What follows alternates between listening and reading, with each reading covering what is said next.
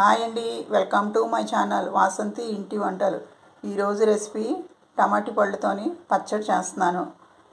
దీనికి కావలసిన పదార్థాలు ఏంటో మీకు చూపిస్తాను.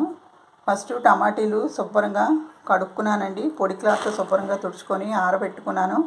ఈ సైజు టమాటీలు తీసుకున్నానండి. పెద్ద సైజు టమాటీలు బయట గట్టిగా ఉంటుంది, కలర్ మాత్రం రెడ్ కలర్లో ఉంటాయండి. ఈ టైప్ తీసుకుంటే చట్నీ చాలా కలర్ఫుల్గా ఉంటుంది, టేస్ట్గా ఉంటుంది. దానికి పచ్చిమిర్చి పండిపోయి ఉంటాయి కదండి, ఆ మిరపకాయలు, వెల్లుల్లి తొక్క తీసినవి మీ స్పైసీకి తగ్గట్టుగా మీరు వేసుకోండి. అలాగే దానికి పోపులు జీలకర్ర, ఆవాలు, శనగపప్పు, మినపప్పు, ఎండుమిర్చి, సాల్టు, ఆయిలు, కరివేపాకు, ఇంగువ. చాలా సింపుల్గా చేసి చూపిస్తాను. ఈ పచ్చడి మనం దోశలతో కానీ, ఇడ్లీతో కానీ, అలాగే వేడివేడి రైస్తో కానీ చాలా టేస్ట్